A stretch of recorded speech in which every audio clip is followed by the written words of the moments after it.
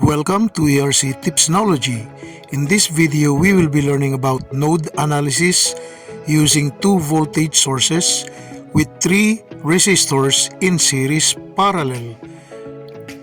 Let us say that we will do nodal analysis of a network or a circuit that will have two voltage sources and three resistors connected in series parallel.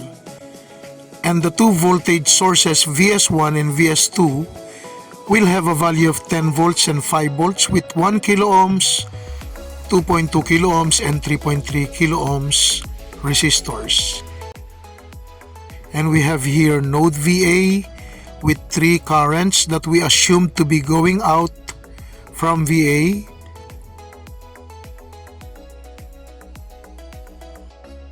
And we will first write the Kirchhoff's current law equation I1 plus I2 plus I3 equals 0,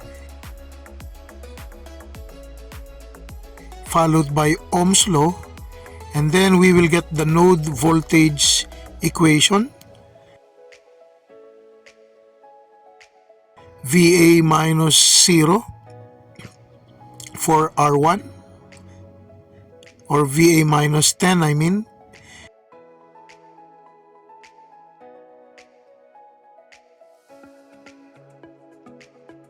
VA minus 0 for R2 based on the direction of the current, and VA minus 5 for the current I3 over R3.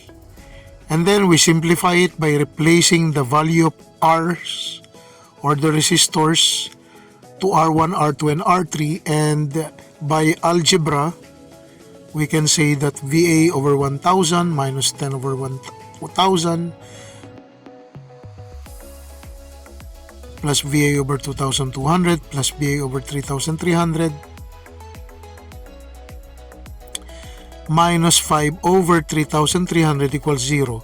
Here I already converted the 1 kilo ohms, 2.2 kilo ohms, and 3.3 kilo ohms into their correct values. Now that we have done that, we have to look for all the VA in our equation, and as shown here, we have 1 over 1000 plus 1 over 2200 plus 1 over 3300, and factor out VA, and then the constant numbers minus 10 over 1000 when moved to the right side of the equation would become positive 10 over 1000, and the other constant, which is minus 5 over 3300, moved to the right will become positive 3300. And by algebra again, we can divide the sum of the two fractions 10 over 1000 plus 5 over 3300 and divide it by the sum of the three fractions 1 over 1000 plus 1 over 2200 plus 1 over 3300, and then we can get the answer, but we need to be careful in calculating it through the calculator that we're using. So 10 over 1000 plus 5 over 3300, and we need to put the proper parentheses and divide this fraction sum with the fractional sum of the three fractions 1 over 1000 plus 1 over 2200 plus 1 over 3300, but make sure that every numbers are correct. Like here, I got a mistake here. 220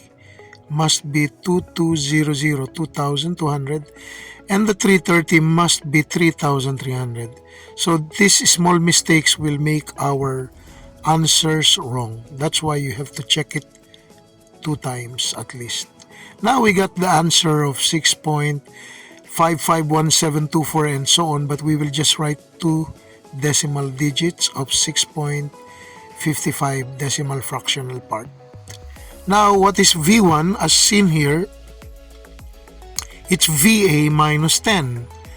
Therefore, we can subtract 6.55 volts minus 10 volts and we will get the answer later of V1. Now for V2, this is equal to VA minus 0.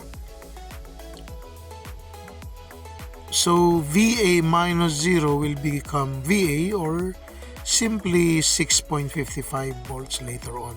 And finally, V3 will be VA minus 5, and that would give us 6.55 minus 5 volts. Now, by calculating this value, 6.55 minus 10, we will get 3.45, but it's negative. Take note of that. And V2 is done. V3 will be 1.55 volts. Now that we have the V's, or the voltages, we may now calculate all of the currents. I1 will just be Ohm's law, V1 over R1, and I2 will become V2 over R2, and I3 will become V3 over R3. And we just substitute the values that we got from V1, V2, and V3. So by calculation, we get the answer here as 3.45 multiplied by 10 to minus 3 amperes. And take note, this is negative. And for I2, we got 2.97 multiplied by 10 to the minus 3 amperes, because we divide volts by ohms. And finally, 4.697 multiplied by 10 to the minus 4 amperes. So 10 to the minus 3 can be written as milliamperes, right? That's why we change it to milliamperes. And the minus 4, we can make it minus 3, but we have to move the decimal point to the left one time. And now we have 0.4697 multiplied by 10 to the minus 3, simply 0.4697 milliamperes. Now we got all of the voltages and the currents required. We can draw the circuit again just to make it clear how it will appear in our final answers.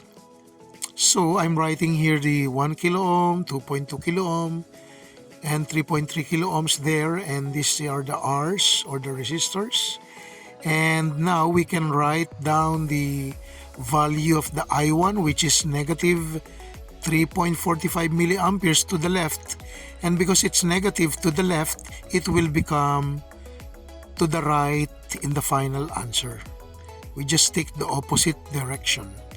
And then the V1, which is negative 3.45, ignore the negative and simply write 3.45 volts. For I2, it's positive 2.97 going down. Therefore, we will not change the direction since it's positive. So we got 2.97 milliamperes with a voltage of 6.55 volts for R2. And for I3, we got 0.4697 amperes. Since it's positive, we don't change the assumed direction, which is to the right. And we can change this number to 0.4697 to become 0.47 if we want to, milliamperes with a voltage of 1.55 volts. So that's it for our final answers for our nodal analysis to get I1, I2, I3, V1, V2, and V3. So please support us by subscribing. Have a nice day, everyone, and I hope you subscribe to our YouTube channel. Thank you.